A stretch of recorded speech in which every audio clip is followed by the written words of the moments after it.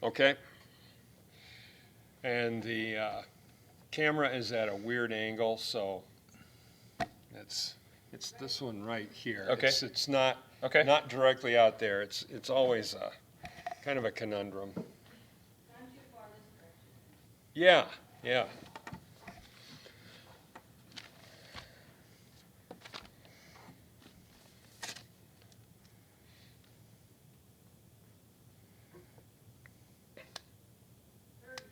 Okay.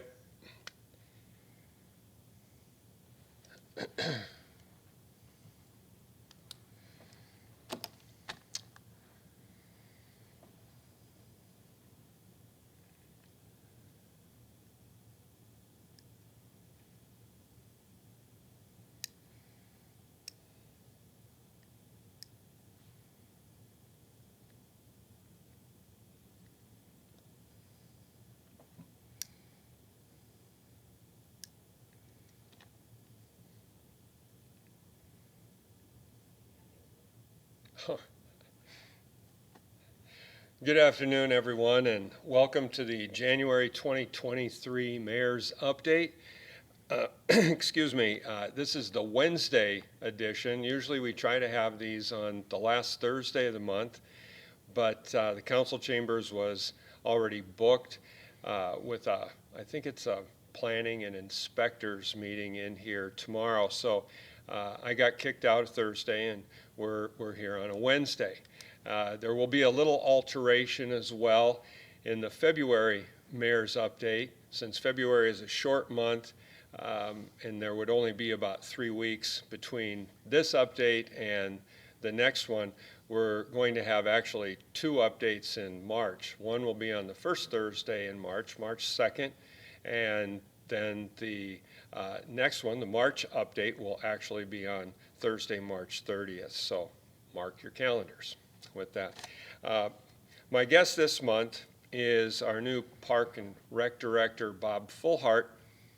And before I turn it over to Bob for some comments from him on what's going on in the Parks Department and so forth, I'd just like to make a few comments about the fire in downtown Spencer this past Sunday.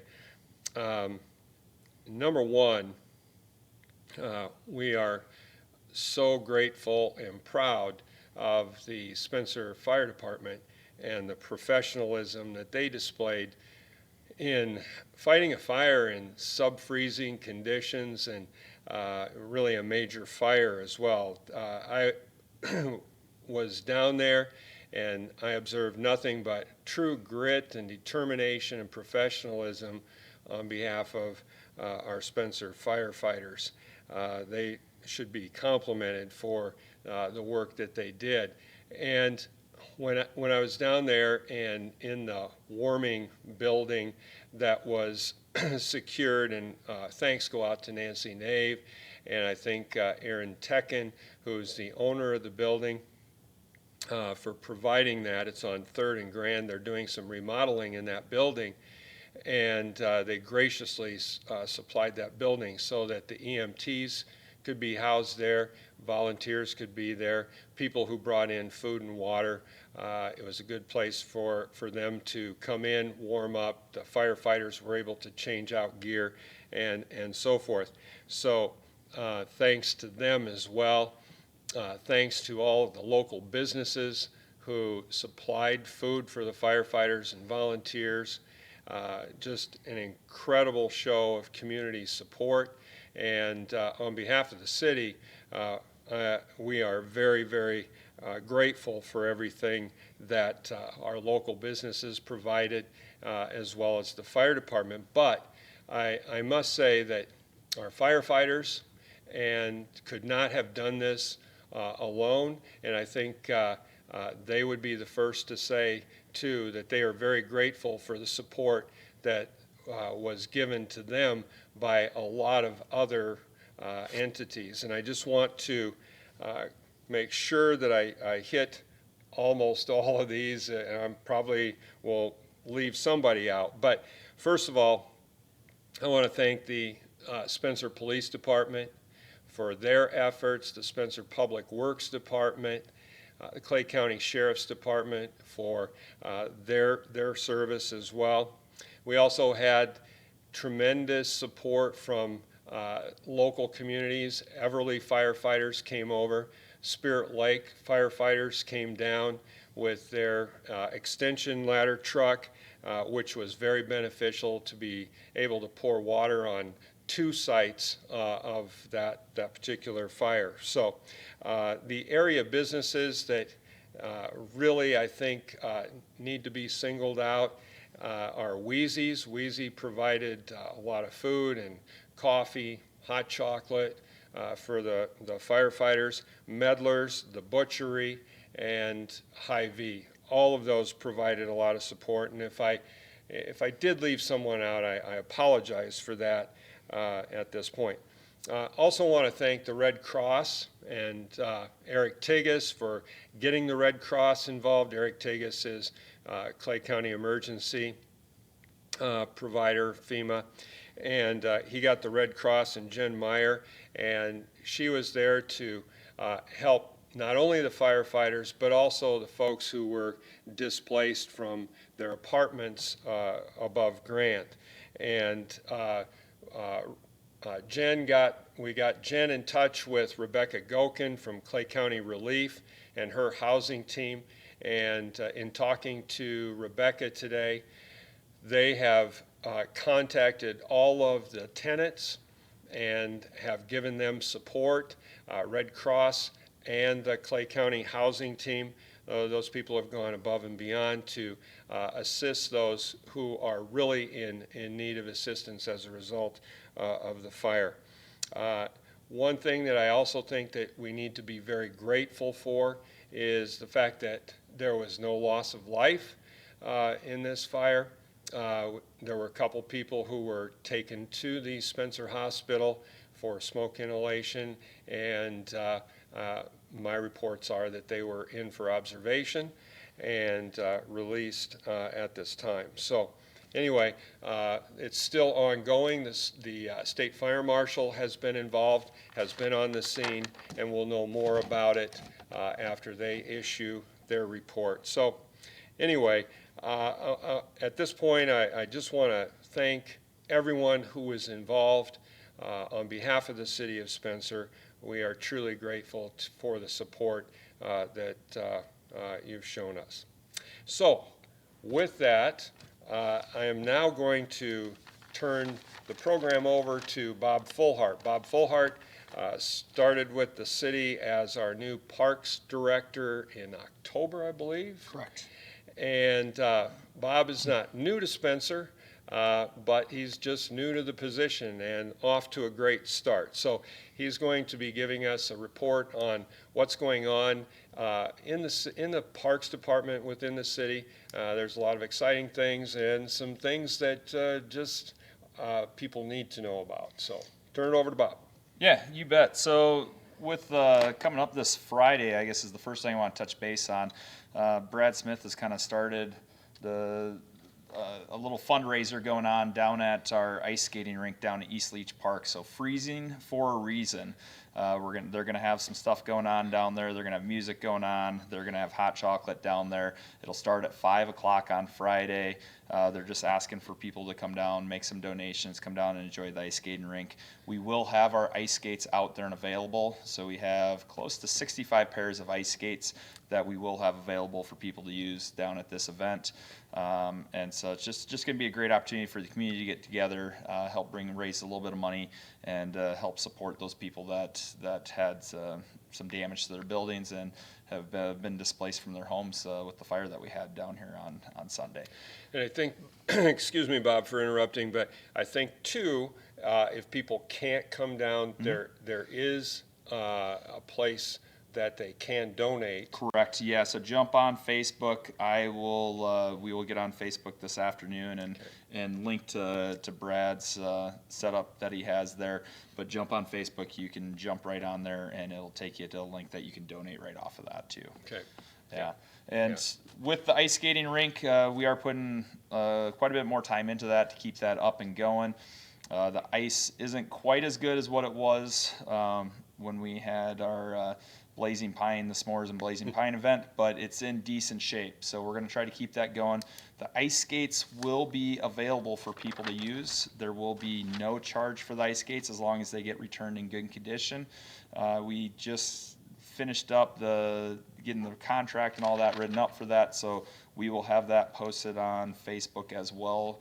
Otherwise, give me a call down at the Parks Department shop down there, and we can get you hooked up with ice skates. So what we're asking is people, if you want to rent ice skates to utilize them or borrow the ice skates to utilize them at our facility, get a hold of us Monday through Thursday.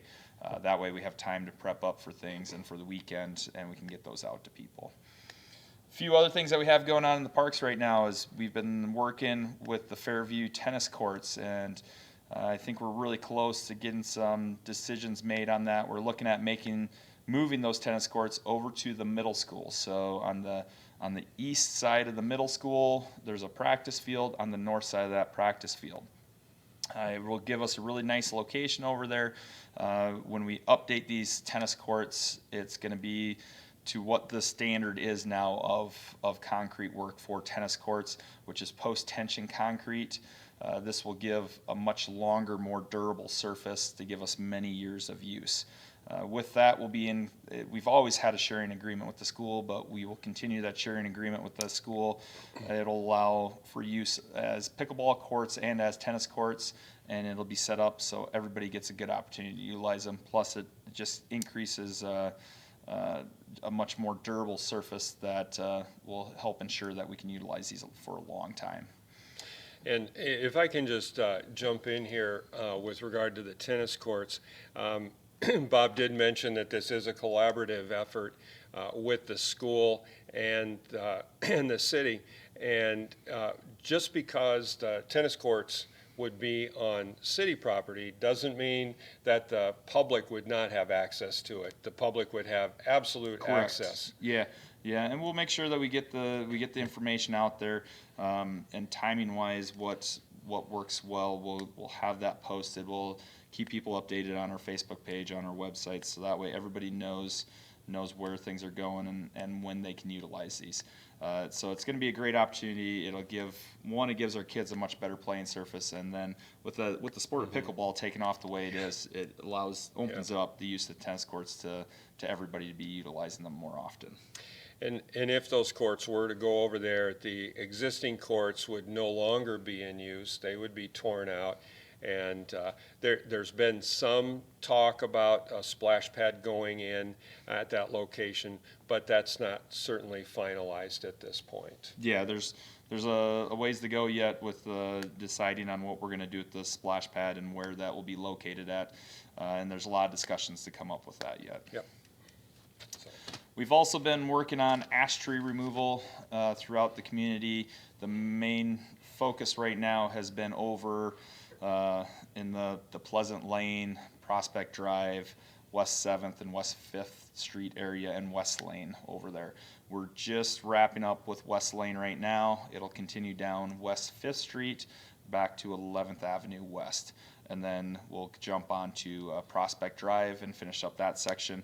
And then we will continue to move forward from there, identifying what we see as kind of our worst areas with ash trees. Right now we have, with ash tree removal, which also includes West Leach Park, we've removed 71 ash trees this last year within our area. We have plenty of ash trees out there yet, plenty of ash trees to remove. In the initial starting point was about 2,100 ash trees in city property. When you go off of that figure, it does not include any private residence homes in there. It does include the city right-of-ways, but you have to figure that there's probably about double that many ash trees in our community as a whole. So we have plenty of ash trees. As we've moved through winter and I'm driving around looking at different parks, different areas, you are seeing a fair amount more of woodpecker activity in those areas, which is a good indicator of the ash borer being there.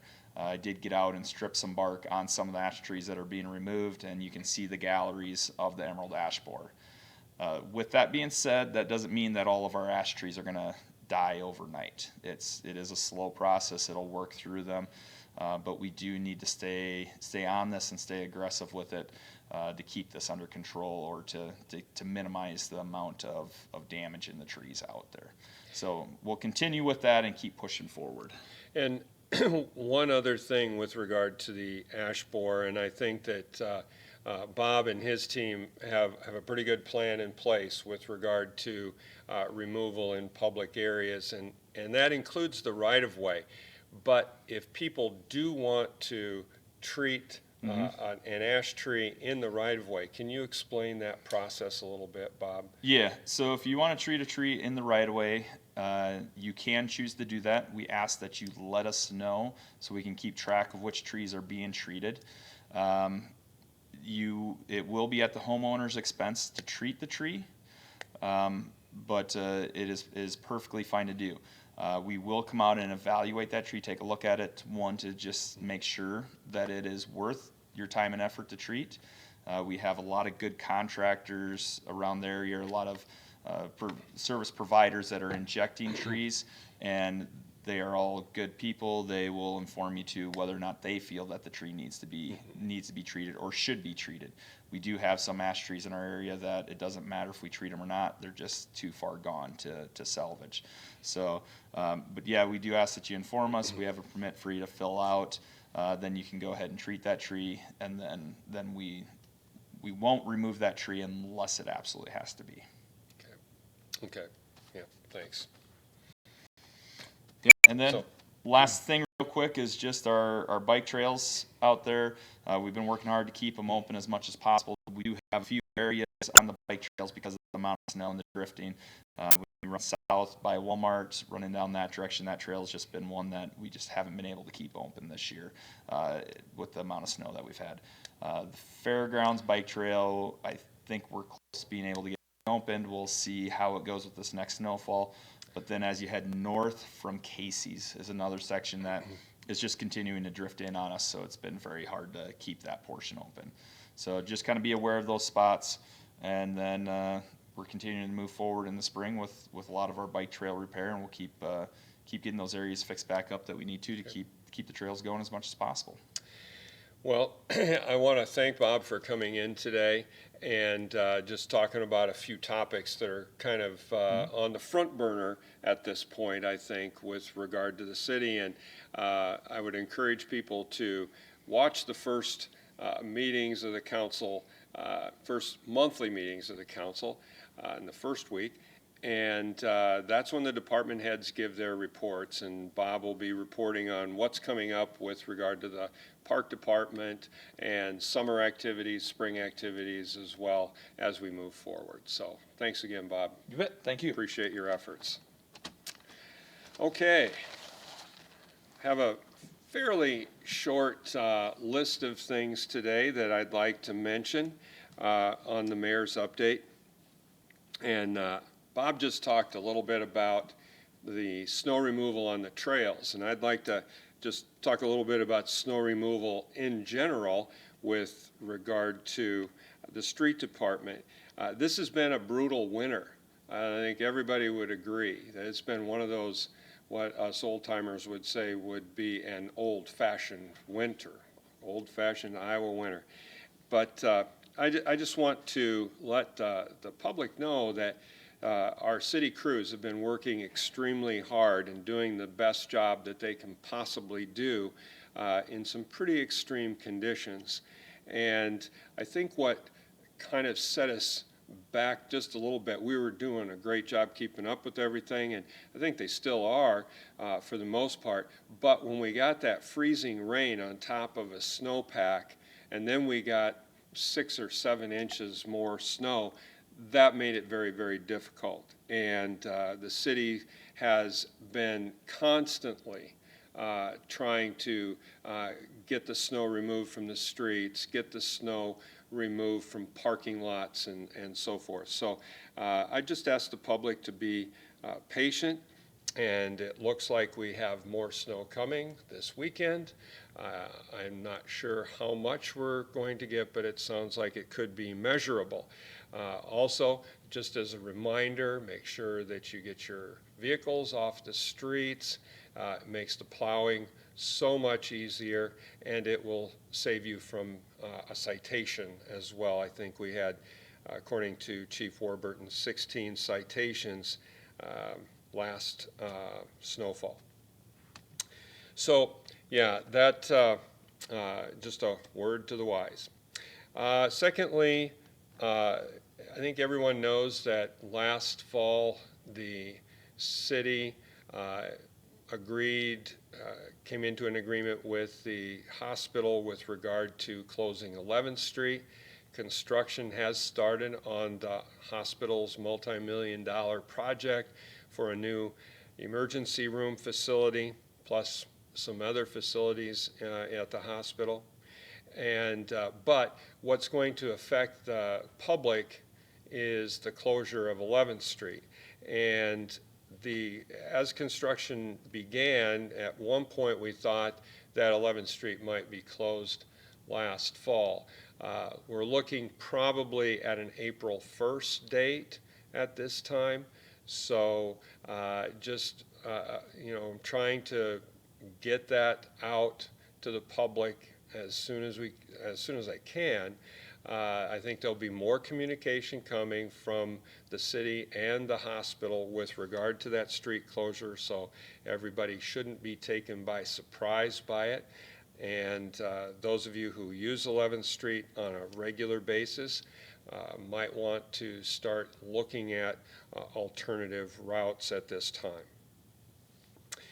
Thirdly, at the last council meeting, the council made a decision with regard to Simrise, the plant out on the west side of town, with regard to odor control. And the council set a deadline for them to install a lid on a tank and a filter for their facility of April 15th. And if that deadline is not met, municipal infractions can begin.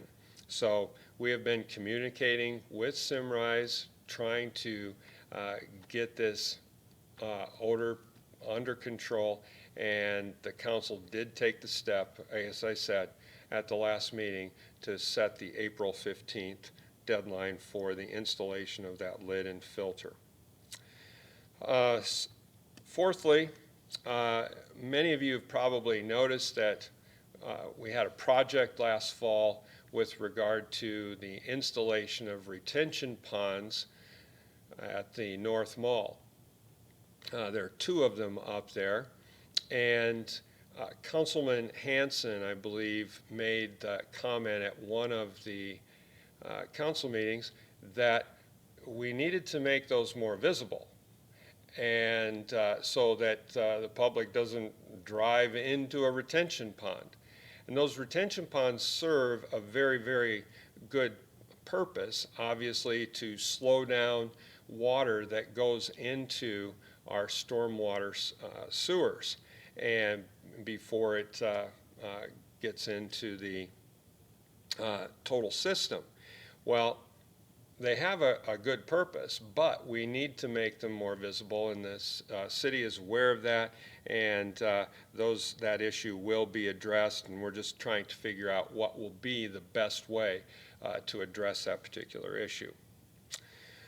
Fifthly, we had a program set up for last week on sexting and internet safety, and the weather being what it's been this year had us postpone that particular program, and that is being rescheduled for March 23rd. So if you want to mark your calendars for that, the public is invited. It will be at 6:30 on March 23rd in the council chambers.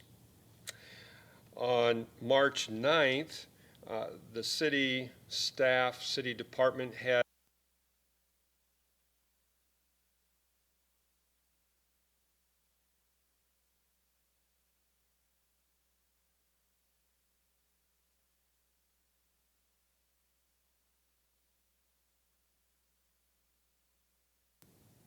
And Eric did a great job in coming up with the simulation, and what Eric had us go through was a simulation of a tornado hitting a particular part of town.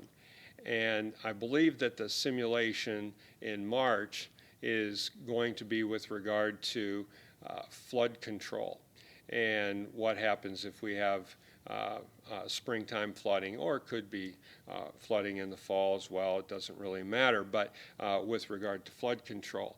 Now, that may seem like a stretch because it's been so dry over the last several years, but we have also had pretty mild winters over the last several years. And with this snowpack, we don't know what's going to happen with regard to the Little Sioux and the Ocheyedan. And so I think it's a good thing for the city to go through these simulations. And what I would like to see as mayor is that the city go through a simulation on a yearly basis. And to my knowledge, we hadn't had one for a long time. And I'd like to have it in the spring of each year. So that's why we're having them so close together. We had our initial one in November, we'll have another one in March, and then my vision would be to have one every March on a yearly basis. So thanks to Eric Tigas and his crew for helping us with that.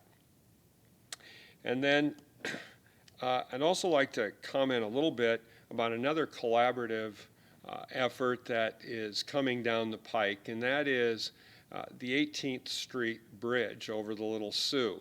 Now, that would be just west of the Country Club as you go out to the airport. That bridge has been on the radar for replacement for a long time. The county applied for and received a grant for $1.5 million, which was about $500,000 more than what they anticipated actually. That's very good news for the city and the county as we work together to get this bridge built. Now, I can't give you a timeline on it at this point. I believe we still have a 28E agreement to work out with the county and all the details. So I can't say much more about it than that, other than I believe that this is a project that both the city and the county want to see get done. And then lastly, looking into February, we're going to be meeting in the Committee of the Whole on Monday, and we're going to be talking about a couple of things. We're going to be talking about the tennis court project with the school.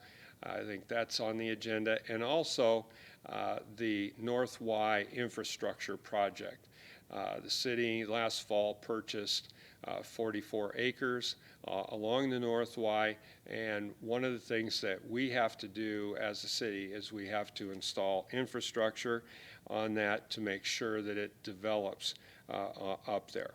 So we will be talking about that. That will be conversation that will be going on in February. The other thing that will be going on, I guess that wasn't lastly, but the other thing that will be going on is the budget. And I know all departments have turned in their budgets, and Brian Weave, our finance director, is working on the budget. We don't have any finalized numbers, but we will be communicating with the public what the process is. The finance committee will be having committee meetings. We'll be having council meetings, committee of the whole meetings in February and March, and we have to finalize that budget in March and submit it to the state. So that's coming down the road very, very quickly here. So that's about all I have for this month. Very busy month, and a busier month coming up in my estimation.